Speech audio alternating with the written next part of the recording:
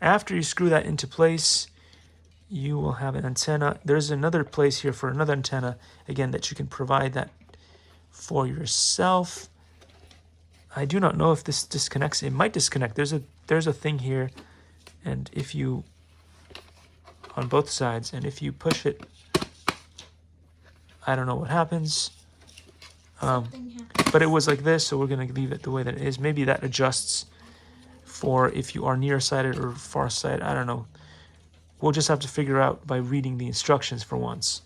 That is all that comes in the box. I'm double checking to make sure if there's any stickers, Emacs stickers or anything like that.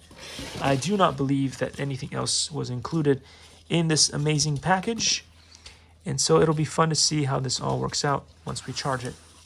And we'll bring it to the channel for you guys. So thanks for watching, and I'll see you all in the next one. Likey.